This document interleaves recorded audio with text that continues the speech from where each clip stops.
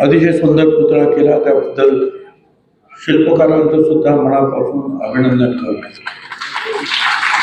आणि त्यासाठी पूर्णपणे लक्ष घातलं. पहिला पुतळा जो आहे तो थोडासा झाड पडल्यामुळे डॅमेज झाला, परंतु त्याच ठिकाणी पुतळा उभा करण्यासाठी आमदार परांजपेतांनी आणि ही समिती निर्माण झाली. या समितीनं प्रचंड कष्ट घेतले, त्याबद्दल त्यांना तर श्रेय दिलं पाहिजे. त्यांचं सुद्धा मी मनापासून अभिनंदन करतो. पुतळा अतिशय सुंदर झाला. आता इथून गेल्यानंतर येवल्याला सुद्धा अण्णाभाऊ साठे यांच्या पुतळ्याच्या उद्घाटन आहे आणि त्यासाठी मी जाणार. अण्णाभाऊ साठे यांच्याबद्दल मी तुम्हाला काही सांगावं असं वाटत नाही, पण त्यांचं एकंदर आपण ह्या मोठ्या माणसांचं जर वय पाहिलं, मी सगळा विचार करत होतो. 3 म्हणजे ऑगस्ट 1980 आणि 18 जुलै 1969,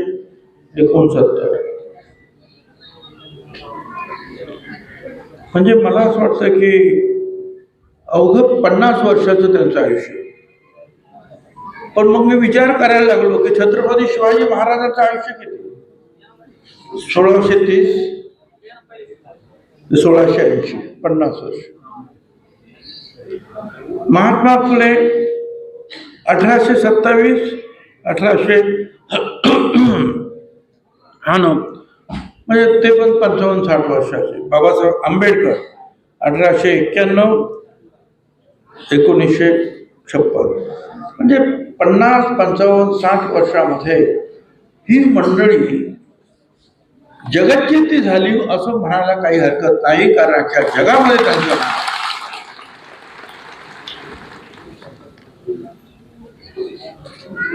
अण्णाभाऊ साठे फार शिक्षण झालं नाही, 4थी पास असत. वाटेगावरून चालत चालत चालत पोट भरण्यासाठी हा गरिबीतला मनुष्य हा मुंबईला येतो. मुंबईची परिस्थिती पाहतो. लाल बावटा त्यावेळेला जोरात होता. गोरगरिबांचं काम करणारा, कामगारांचं काम करणार, त्यांच्याबरोबर काम करतो, पोवाडे लिहितो. कम्युनिस्ट पक्षाबरोबर सुद्धा काम करतो. संयुक्त महाराष्ट्राची चळवळ उभी राहिली तर त्याच्यामध्ये स्वतःला झोकून देतो.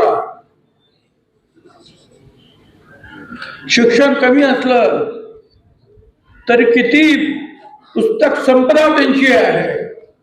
आपल्या लेखणीतून वंचित, शोषित, कष्टकरी, भटक्या, विमुक्त, दलित, बहुजन समाजाला त्यांनी आवाज दिला. हे केवळ साहित्यिक नव्हते, ते एका युगाचे नाव होतं आणि ते संघर्षाचं प्रतीक होतं. अन्यायाच्या विरुद्ध लढणारे निर्भीड योद्धा होता अण्णाभाऊ साठे. किती बोलावं तेवढं कमी आहे. त्यांनी त्या मुंबई शहरात आणि या सगळीकडे जे आहे गोरगरिबांची उपासमार, दारिद्र्य, माग, संघर्ष सगळं त्यांनी स्वतः अनुभवला. आणि त्यातून अण्णाभाऊ साठे नावाचा एक मोठा चित्रकार उभा राहिला. त्यांच्या साहित्यामध्ये कृत्रिमता नाही, केवळ कल्पना नाही, तर जिवंत माणसाचं जीवन आहे. त्यांनी एका ठिकाणी म्हटलं, कारण मी कोणाच्या अंधश्रद्धेवर काही जास्त बोलत नाही, परंतु लोक म्हणतात की ही पृथ्वी जी आहे ही शेष नागाच्या फण्यावर उभी आहे. आता मी तर काय पाहिलं नाही. अनेक वेळा आता हे आपले सगळे जातात, उपग्रह जातात, वरती जातात. काय आता मी त्या स्मृती विल्सन वगैरे पण गेल्या, पण कधी नाग काय तिथून काय दिसला नाही मला. पण त्यावेळेला अण्णाभाऊ साठेंनी सांगितलं की ही पृथ्वी शेष नागाच्या डोक्यावर उभी नाही, ही गोरगरिबांच्या, श्रमिकांच्या खांद्यावर ही पृथ्वी उभी आहे. साधी गोष्ट आहे ना, बघा ना. अगोदर काय असेल, फक्त पृथ्वी असेल आणि मग ही माणसं गोर गरीब जन्माला आली. मग कोणी रस्ते बांधले, कोणी घरं बांधली, कोणी आणखी काय केलं, सगळं करणार. शेवटी हे सगळं केलं कोणी? श्रमिकांनी केलं. पैसे मालक खूप असतील, पण हे उभं केलं कोणी? जग गरीब माणसाने, श्रमिकांनी. आणि म्हणून ते म्हणतात की पृथ्वी या श्रमिकांच्या खांद्यावर उभी आहे. किती समर्पक असं हे विधान आहे. सावता माळी यांनी सुद्धा इथं म्हटलं होतं, कांदा माळा भाजी माझी अवघी विठाबाई. म्हणजे श्रमाला प्रतिष्ठा देणारी ही माणसं होती, अवहेलना करणारे नाही, मान सन्मान देणारे. अशी मला वाटतं स्मशानातील काम करणारे आमच्या तेव्हा आया बहिणी ज्या आहेत, म्हणून त्यांचं काही मला आठवतं, काही वर्षापूर्वी माझे आमदार जयंत जाधव हे त्यांना माग ठेवून माझ्याकडे आले. मी मुंबईत मिटिंग घेतली, काही ठरलं आणि महानगरपालिकेकडे सुद्धा पाठवलं. त्याची अंमलबजावणी करणं जे आहे ते तुमचं आमचं काम आहे. श्रमाला प्रतिष्ठा द्यायची असेल, तीच खरी जी आहे अण्णाभाऊ साठेंना आदरांजली, श्रद्धांजली खऱ्या अर्थात. मान सन्मान दिला. महात्मा फुल्यांनी ते केलं, सावित्रीबाई फुल्यांनी ते केलं, शाहू महाराजांनी केलं. छत्रपती शिवाजी महाराजांच्या सैन्यात तरी कोण होते? महार समाजाचे, मातंग समाज, बेरड समाजाचा बहिरजी नाईक. आता हे एवढं सगळं काही फार ऑटोमेशन झालेलं आहे, सीसीटीव्ही लावलेले आहे, सगळं काय, तरी काय चाललं हे समजत नाही. परंतु शत्रूच्या गोटात जाऊन, बादशाच्या गोटात जाऊन काय चाललं ते महाराजांना सांगणारा एक बेरड समाजाचा हा माणूस होता बहिरजी नाईक. गोरगरीब माणूस. महाराजांना ह्या सगळ्या गोरगरिबांनीच मदत केली. म्हणूनच महाराजांच्या ह्या सैन्याला आपण मावळे म्हणतो. त्यामुळे सगळे गोरगरीब.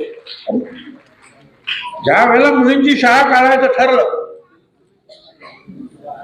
ब्राह्मणांनी सुद्धा सपोर्ट केला. काही जे कर्मठ होते त्यांनी विरोध केला, दगड मारले, शाळा बंद करण्याचा प्रयत्न केला. त्यावेळेला महात्मा फुल्यांच्या बाजूनं आपल्या व्यायामशाळेतले जे आहे लोक घेऊन कोण उभे राहिले? लहूजी वस्ताद. कदाचित ते अशिक्षित होते पण सुसंस्कृत होते. त्यांना माहिती होतं की हे व्हायला पाहिजे, आणि जर कोण करत असेल आणि त्याच्या आडवं कोण येत असेल तर त्याला थांबवणं हे माझं काम आहे. हे माणसं सुसंस्कृत, शिक्षित असणं आणि सुसंस्कृत असणं यात खूप फरक आहे. सगळी तर शिक्षित माणसं सुसंस्कृत असतातच असं नाही.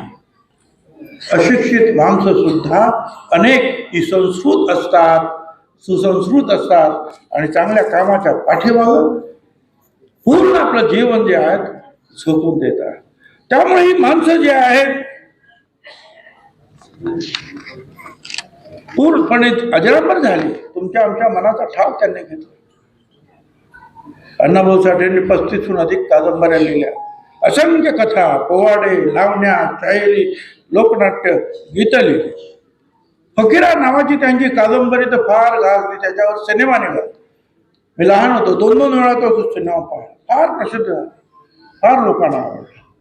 गोरगरिबांचं त्याच्यामध्ये चित्रण तर होतच, परंतु लढण्याचे जे आवेश निर्माण करणारा, अन्यायाच्या विरुद्ध लढणारा फकीरा त्यांनी समाजामध्ये उभा केला. लढायला पाहिजे तुम्हाला, केवळ मनोरंजन नाही तर लढलं पाहिजे तुमच्या हक्कासाठी.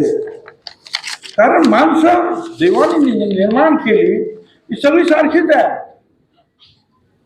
त्याच्यामध्ये भेदाभेद हे शेवटी लोकांनी निर्माण केले, आपणच उभे केले. हे नाव नारायणराव सुर्वे कवी त्यांनी काय म्हटलं, सूर्य सूर्य सूर्याला सूर्य कोण म्हणालं, नाव कोणी दिलं, तुम्ही आम्ही दिलं. सूर्याला सूर्य सुद्धा नाव आपण दिलं ना. अशा रीतीने ह्या लोकांनी सुद्धा जे आहे जात धर्म याच्यामध्ये वेगवेगळ्या लोकांचे जे आहे या सगळ्या भिंती उभ्या केल्या. अण्णाभाऊ साठे डॉक्टर बाबासाहेब आंबेडकरांच्या विचारांना प्रेरित झालेले होते.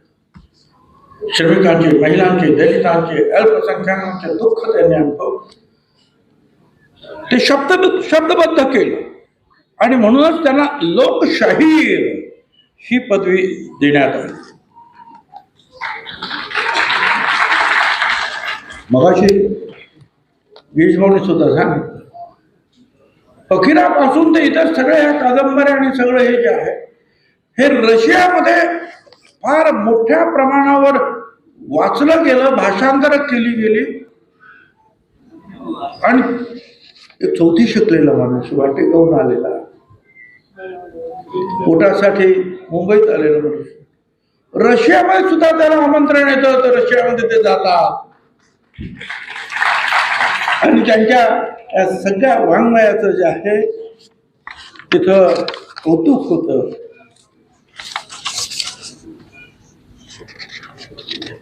त्यांचे जे आहेत काही काही काव्य तर फार अजरामर असे आहेत. त्यांची एक अशीच कलाकृती आहे, जग बदल घालून खाव, जग बदल घालून खाव, सांगून गेले मला भीमराव.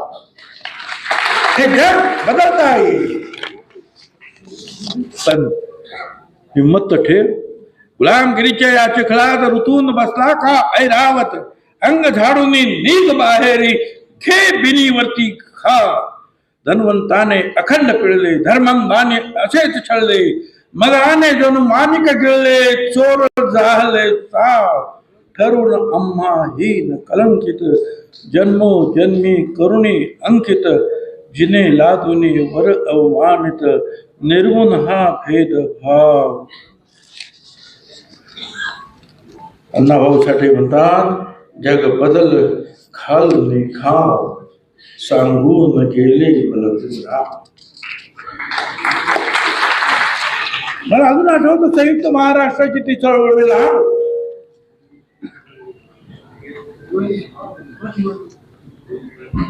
आणि हरिभाऊ पाटसकर निवाड्यानुसार जे आहे सगळ्या राज्यांना त्यांच्या भाषेप्रमाणे प्रांत दिले, फक्त महाराष्ट्रालाच नाही सगळ्यांना दिले.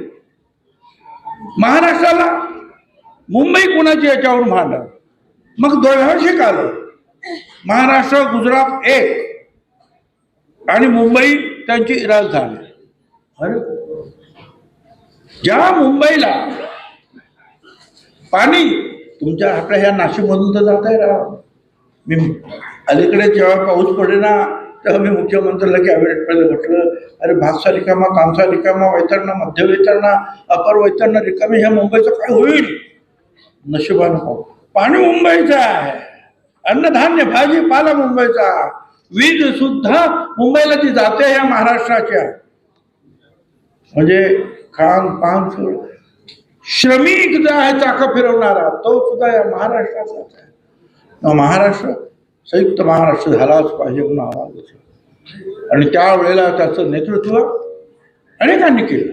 एस एफ जोशी होते, श्रीपाद एस ए डांगे, आचार्य अत्रे, लालजी पेंडसे, प्रबोधनकार ठाकरे, अगोदर यायचे अमर शेख, जंगम स्वामी, आत्माराम पाटील शाहीर, अण्णाभाऊ साठे, या सगळ्यांचे जे अगोदर त्या सभेच्या अगोदर डफ वाजायचं आणि त्यातून जे आहेत लोकांमध्ये एक स्फूर्ती निर्माण करायची आणि मग ही मंडळी येऊन भाषण करायचे, सांगायचे की आपल्याला मुंबईसह संयुक्त महाराष्ट्र झाला पाहिजे ते सांगा. त्यांनी जी एक कविता म्हणा किंवा पोवाडा जो म्हटला,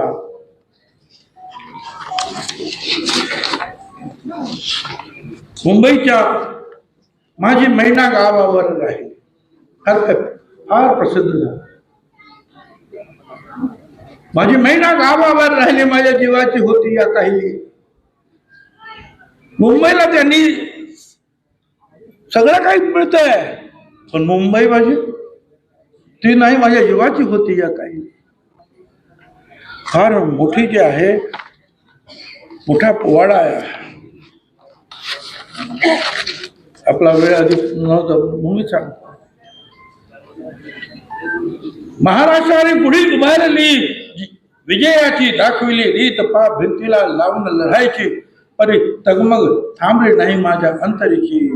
गावाकडे मैना माझी भेट नाही, तीच गत झाली आहे अखंडित महाराष्ट्राची.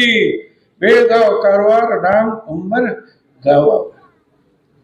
पुढे ते म्हणतात, गरज एकीची म्हणून विनवणी आहे, या शक्तीला शाहिराची. आता वळू नका, रणी पळू नका, कुणी छळू नका, बेनी मारायची अजून राहिली. एक एक अंगार त्या शब्दातून फुलत होता, एक एक अंगार आग पेटत होती, आणि त्यातून मुंबईसह संयुक्त महाराष्ट्र निर्माण झाला. मी मुद्दाम काय सांगितलं, या अनेकाचा इतिहास आजकालच्या आमच्या पिढीला माहिती नाही. एस टाके, सेम जोशी असतील, कुलवंतकार, ठाकरे, लालजी पेंडसे, शाहीर अहमद शेख, अण्णाभाऊ साठे, अशा अनेक 105 हुतात्म्यांचं बलिदान. शाहीर साबळे, ज्यांचं आपण महाराष्ट्र गीत गातो आहे, ते शाहीर साबळे. जय जय महाराष्ट्र माझा. आणि दुसरं त्यांचं हे जय महाराष्ट्र, जय महाराष्ट्र, जय माझे राष्ट्र महान. शाहीर साबळे. हे शाहिरांनी जर जे आहे हे रण पेटवलं आणि महाराष्ट्र मुंबईसह निर्माण झाला.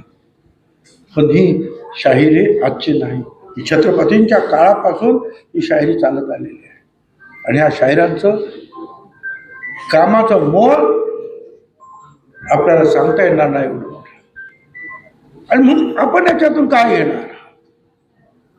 या सगळ्या मंडळींनी आयुष्य तुमच्या आमच्यासाठी घातलं, आणि अजूनही आम्ही जो आहे गरीब श्रीमंतचा लढा आहेच, पण त्याचबरोबर अजूनही छूत अछूत अमुक तमुक हे सगळं आहे. गावाबाहेरची माणसं अजूनही शहरात का येत नाही? का त्यांना गावाबाहेरच वस्ती करावी लागते? कधी आपण विचार केला? या सगळ्यांवर एकच उपाय आहे, तो आहे शिक्षण. जे बाबासाहेबांनी सुद्धा सांगितलं, शिक्षण घ्या, संघटित व्हा आणि संघर्ष करा. कधी कधी असं होतं की लोक फार शिकतात पण आपल्या समाजाला विसरतात, परत त्या वस्ती सुद्धा जायला लागतात. असं होतं का? ज्या समाजाने तुम्हाला मोठं, बाबासाहेब आंबेडकरांनी ठरवलं असतं. आज बाबासाहेब आंबेडकर परदेशातल्या सगळ्या विद्यापीठांमध्ये मोठे बोर्ड लागले, पुतळे उभे केले. त्यांनी सांगितलं आमचा आतापर्यंत सगळ्यात हुशार विद्यार्थी बाबासाहेब आंबेडकर. बनवलेलं संविधान आज सुद्धा जगामध्ये आहे. मला सांगा, त्यांच्या एवढ्या डिग्र्याच्या विचारू नका. त्यांनी जर ठरवलं असतं मला काय करायचं आहे, आता सुद्धा मोठे मोठे वकील आहेत ना, लंडन अमेरिकेला जातात येतात, स्वतःची विमानं वगैरे आहेत. बाबासाहेबांनी त्याच्यावर करू शकले असते. पण माझा समाज या देशामध्ये गरीब आहे, त्यासाठी त्यांनी सगळं सोडलं. अरे कुणाला माहिती आहे का, त्यांनी जो आहे भारत सरकारच्या मंत्रिपदाचा राजीनामा दिला, त्याच्यामध्ये जे एक कारण होतं, त्या एक कारण होतं की ह्या ओबीसी घटकाला तुम्ही आयोग निर्माण करा आणि त्यांना सुद्धा जे आहे आरक्षण आणि संरक्षण द्या, पण ते केलं नाही 3 वर्षामध्ये. म्हणून मी माझ्या मंत्रिपदाचा राजीनामा देतो भारत सरकारच्या बाबासाहेब आंबेडकरांना. कुणाला माहिती आहे? ज्याला इतिहास माहिती नाही ते भविष्य नाही घडवू शकत. म्हणून आपला इतिहास आपल्याला माहिती पाहिजे. अण्णाभाऊ साठे सारखा मनात आग पाहिजे लढण्याची, आणि ती जर असेल तर आपण गोरगरिबांची सेवा करणं. हे पुतळे जे आहेत ना आम्ही उभे करतो, हे केवळ वर्षातून एकदा त्यांना हार घालण्यासाठी नाही. आपण फक्त तेच करत राहिलो तर आपली हार होऊन जाईल. त्या पुतळ्यांकडे पाहून त्यांनी काय केलं समाजासाठी, मी काय करू शकतो समाजासाठी. मगाशी सांगितलं की समाजामध्ये असलं दुःख दारिद्र्य जर दूर करायचं असेल ते तर करायलाच पाहिजे. पण हे ड्रग्ज व्यसन हे सुद्धा जोपर्यंत जात नाही तोपर्यंत समाज कसा पुढे होणार. त्यासाठी तुम्हाला आम्हाला झटावं लागेल.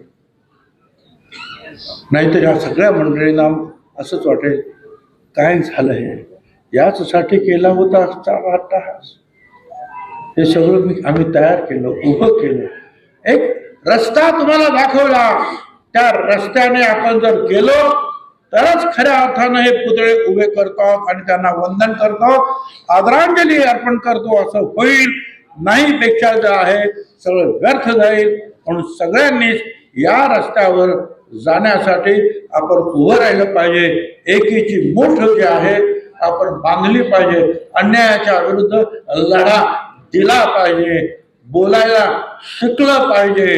कोणी चुकलं तर न घाबरता आपले मुद्दे मांडायलाच पाहिजे आणि ते मांडता यायला हवं. तर त्यासाठी शिक्षण सुद्धा आवश्यक. धन्यवाद. जय हिंद, जय महाराष्ट्र. अण्णाभाऊ साठे यांचा